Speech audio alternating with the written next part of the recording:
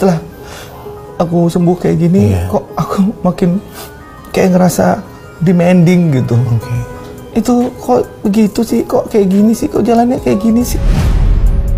Kalau saya lihat di sini sih, kalau dari kartu The Three of Cups ini artinya dia mungkin memang betul tadi ada kemungkinan akhirnya mengambil keputusan ini karena dipuji oleh sesuatu. Kalau disebut orang ketiga, ya dari pihak misalkan orang tua, kan bisa saja itu orang ketiga.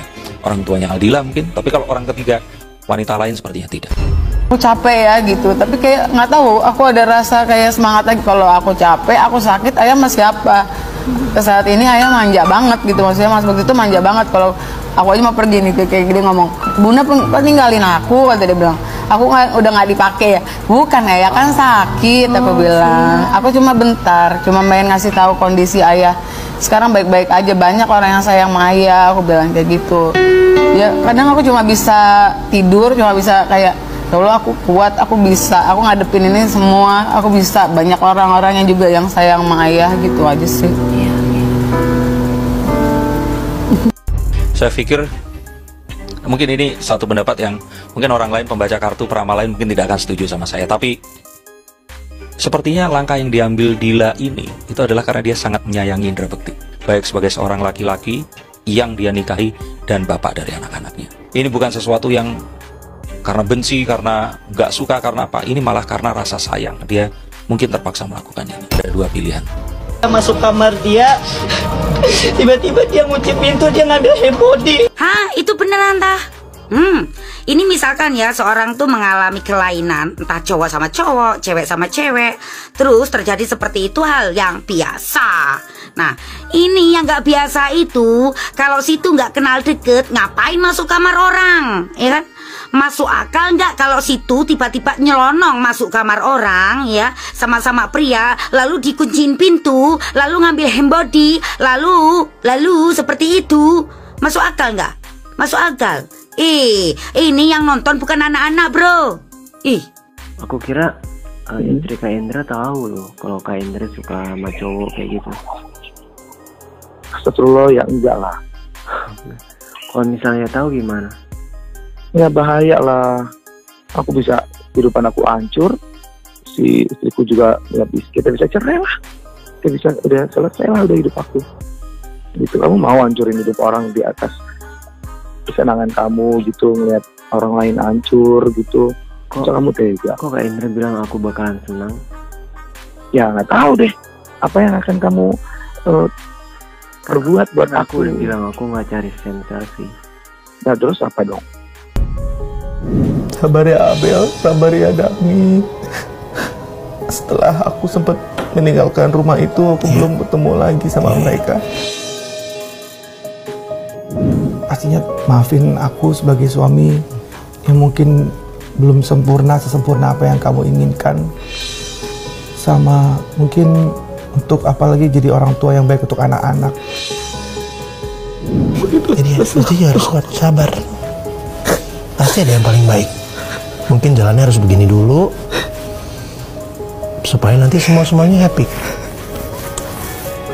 Ini kita nggak tahu ya jalan Allah, apa maksud Allah ya. Kita pasrah. Pertama, saya kenal di Facebook. Seperti orang minta kenalan biasa. Jadi guys, begitu permasalahan Indra Bekti itu digugat cerai oleh istrinya, maka muncullah video-video masa lalu daripada Indra Bekti yang dulunya diduga bla bla bla dan bla bla bla, atau dengan isu bahwa Indra Bekti itu adalah kaum pelangi.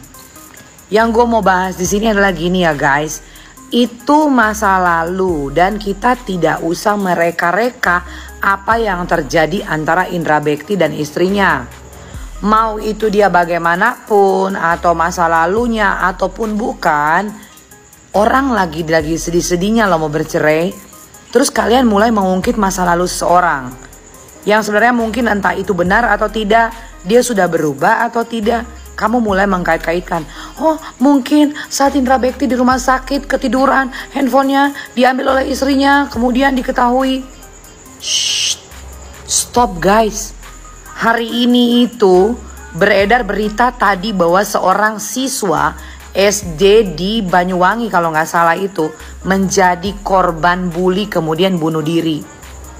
Stop membuli sesama, stop mereka-reka. stop membuat berita hoaks. Gitu loh, bijaklah kita menyikapi berita apapun itu. Seandainya dulu kamu pernah bermasalah dan masalah itu ternyata belum diketahui tingkat kebenarannya atau validasi akurasinya. Kemudian sekarang kamu udah berubah menjadi orang baik. Begitu kamu ada sedikit permasalahan dikait-kaitan sama masa lalu kamu mau seperti itu? Kan gak ada yang mau. Jadi apa yang dihadapi sekarang ya udah biarin aja dia hadapi masalahnya yang sekarang, perceraian bersama istrinya. Gak usah dikaitkan-kaitkan sama masa lalu dan masa lalu. Ya. Jadi yang gue sarankan, kita sebagai umat muslim ataupun orang Indonesia yang berbagai macam agama, udah cukup deh skip. Skip, gak usah cari-cari, gali-gali nih masa lalu orang lain. Orang hidup bukan untuk masa lalu, dia hidup sekarang dan untuk masa depannya. Jadi saat dia dalam keadaan terpuruk, bukannya menggali masa lalu, kasih support, ya, rubah mindset kita.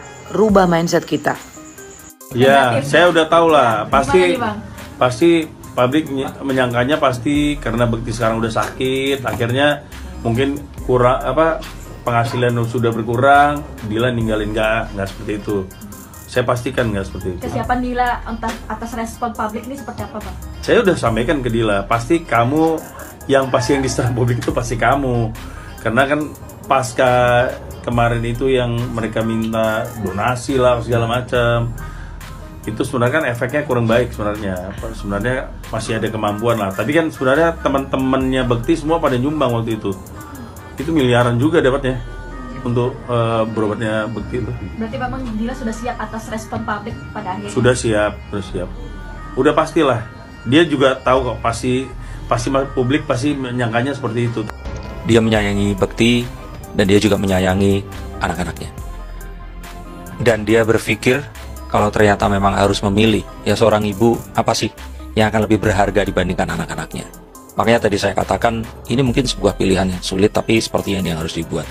Dan Dila ini sepertinya memang tahu benar bahwa publik nanti pasti akan mendiskreditkan dia dan menganggap bahwa oh karena kemarin sakit, udah duitnya dikit terus ditinggal pergi. Kalau saya pikir dia lebih cerdas daripada itu. Dia lebih baik. Dia pun menyayangi Bekti dan anak-anaknya, dan saya pikir bukan itu. Mudahan ini pada nonton sih ya, karena aku lagi mulai viral lagi. Jadi tolong banget Bu Jess, bikin acara Bu Jess, please banget Bu, ayo produksi jalan-jalan ada lagi please ya. Oke. Aku baru lihat artis kayak begini. Menyedihkan, Indra Bekti kini tinggal di kamar sempit, isi lemari dan kasur tanpa dipan. Di lain sisi, dikirimi uang sama Raffi Ahmad ratusan juta. Indra Bekti bukannya senang, malah kecewa. Ternyata uangnya masuk ke rekening Aldila. Kok bisa? Indra Bekti sudah angkat kaki dari rumahnya bersama Aldila Jelita setelah digugat cerai oleh istrinya itu. Bekti kini memilih tinggal bersama orang tuanya. Bagaimana kondisi tempat tinggal Bekti sekarang? Ternyata sangat sederhana. Rumah orang tuanya itu merupakan tempat tinggal Bekti sejak kecil. Ia kini tidur di petak kamar yang pernah dipakainya semasa kecil dulu. Di kamar itulah Indra Bekti memulai semuanya. Ia tumbuh menjadi dewasa, bekerja, dan mengembangkan karirnya sampai menjadi artis tersohor seperti sekarang. Hal ini disampaikan Cipta, adik Indra Bekti baru-baru ini. Ia mengatakan kamar itu sempat ditinggali Cipta sebab Indra Bekti telah memiliki rumah sendiri bersama istrinya Aldila Jelita. Dikutip dari channel YouTube Intense Investigasi, Cipta mengatakan kalau rumah tersebut sekarang lebih layak huni ketimbang masa kecilnya dulu. Rumah itu sudah direnovasi oleh Indra Bekti sendiri ketika ia sudah berhasil. Jadi, sekarang Bang Indra tuh tidurnya di kamar aku yang dulu. Kamar ini yang masih bisa digunakan karena kamar dia sudah jadi studio, ujarnya menambahkan. Kamar yang saat ini ditempati oleh Indra berukuran kecil dan sempit. Nampak satu kasur tanpa adanya dipan, ditambah lemari-lemari kecil. Ya, jauh berbeda dengan rumah yang ditinggali bersama Aldila Jelita. Kini, kamar Bekti jauh dari kata kemewahan, katanya. Sementara, di lain hal pengacara Indra sebelumnya telah menjelaskan bahwa kediamannya yang berada di kawasan Pondok Cabe, Tangerang Selatan rencananya akan dijual. Dilansir dari suara.com, Milano Lubis mengungkapkan bahwa kediaman yang saat ini masih ditempati Dila dan anak-anaknya akan menjadi harta Gonogini. Rumah dijual, hasilnya dibagi 2. Sambil dijual, Dila masih bisa tinggal di situ. Kan, kalau nggak ditempatin takutnya kotor atau rusak, ucap Milano. Sebagai informasi, Aldila Jelita layangkan gugatan cerai ke Pengadilan Jakarta Selatan pada 27 Februari 2023. Penyebab keretakan rumah tangga keduanya disebut akibat permasalahan yang sudah ada sejak lama dan mereka kini sepakat untuk berpisah. Di lain sisi, dikirimi uang sama Raffi Ahmad ratusan juta. Indra Bekti bukannya senang, malah kecewa. Ternyata karena Aldila. Indra Bekti dalam beberapa waktu terakhir ini menjadi pusat perbincangan. Usai ia mendapatkan gugatan cerai dari Aldila Jelita. Bukan tanpa alasan, Aldila Jelita dengan cukup mengejutkan meninggalkan Indra Bekti di saat masih proses pemulihan kesehatan.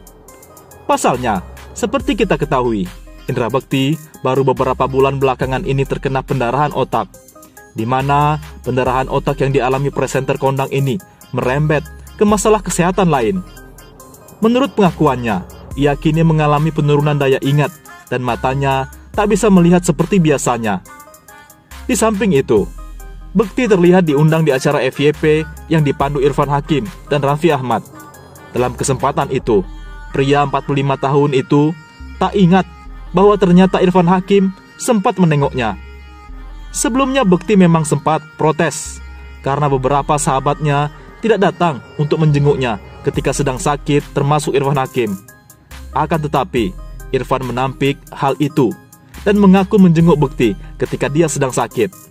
Bahkan, tak hanya datang saja, keduanya juga sempat mengobrol panjang lebar usai presenter tersebut sadarkan diri.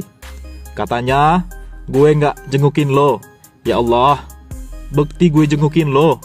Kan lo operasi 2 kali, gue nungguin di depan kamar operasi lo, tutur Irfan. Gue datang, ngobrol. Bekti, panjang lebar Bekti, katanya melanjutkan. Berbeda dengan Raffi, yang mengaku memang tidak sempat menjenguknya, tetapi mengirimi sejumlah uang melalui transfer. Bekti, kalau gue memang belum sempat jenguk, maaf ya. Raffi pun langsung berbisik ke telinga Bekti. Katanya, Irfan pun kemudian menegaskan bahwa Raffi memang telah mengirimkan sejumlah uang untuk Bekti. Setelah itu, Irfan pun langsung berbisik ke Bekti dan langsung direspon dengan mengatakan, percuma. Percuma, katanya, seolah menyayangkan dan kecewa karena Raffi mengirim uang ke rekening yang salah. Usai mendengar Bekti yang mengucapkan percuma, suami dari Nagita Slavina itu pun terlihat menyesal. Pakai lo kesono sih, kok transfer ke situ? Tutur Bekti yang diduga kuat masuknya rekening yang dikirimi uang Raffi Ahmad adalah milik Aldila Jelita. Lebih lanjut, ayah dari Rafathar itu pun memperlihatkan jumlah transferan yang dikiriminya ke rekening tersebut. Lantas, Bekti pun terlihat kaget setelah diperlihatkan jumlah uang telah ditransfer Raffi Ahmad yang dimaksudkan untuknya tersebut.